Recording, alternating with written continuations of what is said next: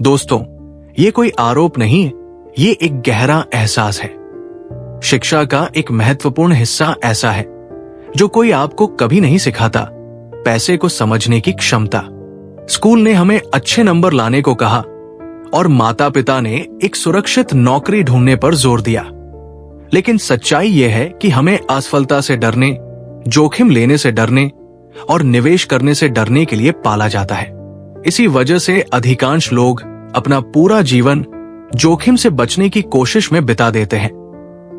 ये कभी महसूस नहीं करते कि जोखिम से बचना ही वास्तव में सबसे बड़ा जोखिम हो सकता है। भाग 1, गरीबी की प्रोग्रामिंग और डर की विरासत 1। शिक्षा का छिपा उद्देश्य। स्कूल आपको अर्थव्यवस्था की सेवा करने के लिए तैयार करता है, न कि उसमें एक नायक बनने के लिए। आपको उत्कृष्ट कर्मचारी बनने के लिए ढाला गया था।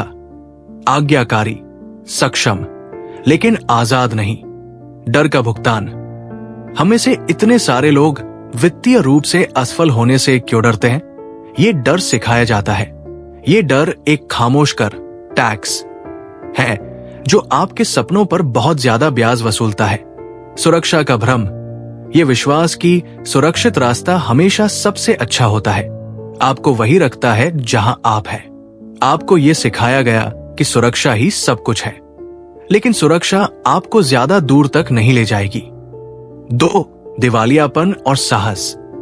मैंने सीखा कि डर कभी खत्म नहीं होता, ये बस अपना रूप बदल लेता है। जब मैंने सच्ची दौलत बनानी शुरू की, तब भी मुझे खोने का डर था। साहस का अर्थ। साहस का मतलब डर का न होना नहीं है। साहस तो डर के बावजूद फैसला लेना है। भाग 2, संपत्ति, एसेट्स और देनदारी, लायबिलिटीज का नियम। ज्यादातर लोग पैसा कमाना सीखते हैं, लेकिन पैसा बनाना नहीं।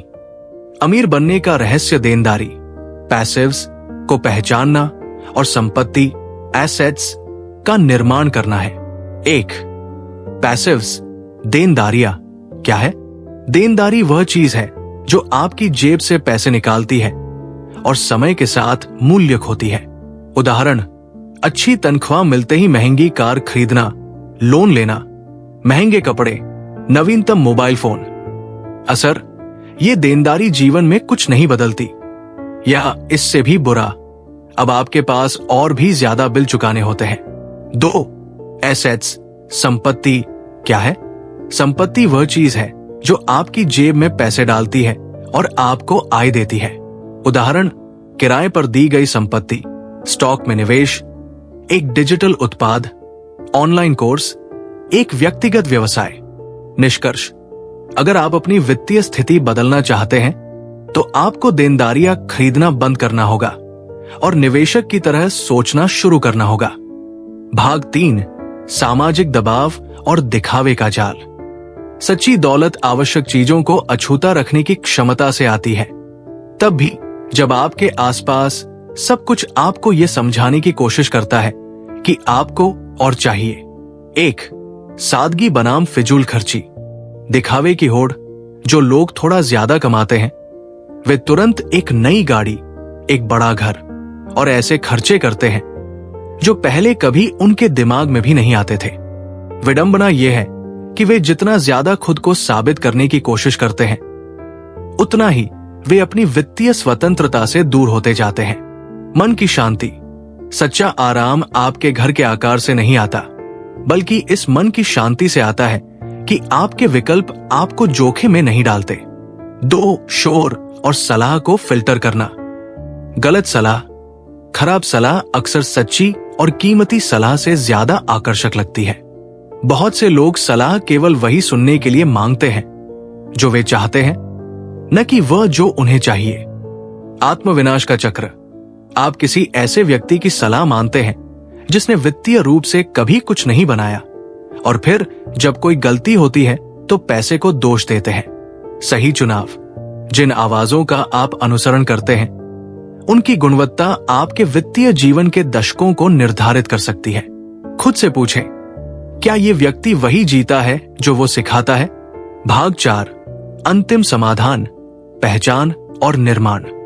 आप अपने परिवार के वित्तीय भाग्य को दोहराने के लिए पैदा नहीं हुए थे। आप निर्माण करने, रचने और समृद्ध होने के लिए पैदा हुए थे। 1. पहचान का बदलाव। अवरोध। आप अपने जीवन में मिले लेबलों, जैसे आप गैर जिम्मेदार हैं, से बंधे रहते हैं। ये एक अदृश्य मानसिक अवरोध बनाते हैं। जागरूकता। आप एक शरीर के साथ आत्मा नहीं हैं। आप आत्मा के साथ एक शरीर है। जब आप इस सत्य को समझते हैं तो आप महसूस करते हैं कि किस्मत सिर्फ एक परछाई है और असली प्रकाश आपके भीतर है। 2. एक्शन और सततता। प्रक्रिया। धन कोई घटना नहीं है, ये एक प्रक्रिया है। ये धीरे धीरे बनती है। चुनौती। अगले 30 दिनों में अपने पास मौजूद किसी एक कौशल को चुनें और उसे आय के स्रोत में बदलें। जैसे ही आप अपनी मुख्य नौकरी के अलावा अपनी पहली आय अर्जित करते हैं, आपके भीतर कुछ बदल जाता है। आम धारणा के विपरीत दौलत इस बारे में नहीं है कि आप क्या खरीदते हैं, बल्कि इस बारे में है कि आपको पूरा महसूस करने के लिए क्या खरीदने की जरूरत नहीं है। अगर एक बात मैंने दशकों तक लोगों को देखकर सीखी है तो वो ये है कि पैसा आपको वो बनाता है जो आप पहले से हैं। अगर आप अनुशासित हैं तो ये स्थिरता पैदा करता है। अगर आप आवेगी हैं तो ये समस्याएं पैदा करता है। अगर आप जागरूक हैं तो ये आपकी आजादी बढ़ाता है। अगर आप दूसरों की मंजूरी के गुलाम हैं तो ये आपका पिंजरा और बड़ा कर देता है। सवाल कभी ये नहीं होता आप कितना कमाते हैं, बल्कि आप अपनी कमाई का क्या करते हैं। और जब आप सच्ची प्राथमिकताओं के मार्गदर्शन में जीने का निर्णय लेते हैं तो कुछ गहरा बदलाव आता है। पैसा बोझ होर या खुद को साबित करने का साधन नहीं रहता। ये एक उपकरण बन जाता है, सरल, सीधा और उपयोगी। और उस बिंदु पर सब कुछ समझ में आने लगता है, क्योंकि आप पैसे का उपयोग दूसरों को प्रभावित करने के लिए नहीं, बल्कि कुछ बनाने के लिए करने लगते हैं। दूसरों को प्रभावित करने और कुछ बनाने के बीच का फर्क ही उन लोगों को अलग करता है जो केवल अमीर दिखते हैं उनसे जो सच में अमीर है। और जैसे जैसे ये सब आपके भीतर आकार लेता है, याद रखें कि कुछ विचार तभी मजबूत होते हैं जब उन्हें छुपाकर नहीं रखा जाता। कभी कभी एक अकेली कहानी, सोच में एक छोटा सा बदलाव या कोई मामूली सी दिखने वाली बात किसी के भी जीवन की दिशा पूरी तरह बदल सकती है। तो अगर ये बात किसी भी तरह से आपके मन को छू गई है तो शायद कोई खास व्यक्ति है जिसे आज ये शब्द सुनने की भी जरूरत है। इसे उनके साथ साझा करें और स्पष्टता, एकाग्रता और तरक्की के इस सिलसिले को यूं ही आगे बढ़ने दें। अंतिम सत्य। पैसा तभी आजादी लाता है जब आप इसे उन चीजों को सहारा देने के लिए इस्तेमाल करना चुनते हैं जो वास्तव में मायने रखती है। यहां मौजूद रहने के लिए, मेरे साथ इस सफर में अपना समय और ध्यान देने के लिए आपका धन्यवाद। एक बार फिर आपके साथ चलना खुशी की बात थी और मैं अगले वीडियो में आपसे मिलने के लिए उत्सुक हूं।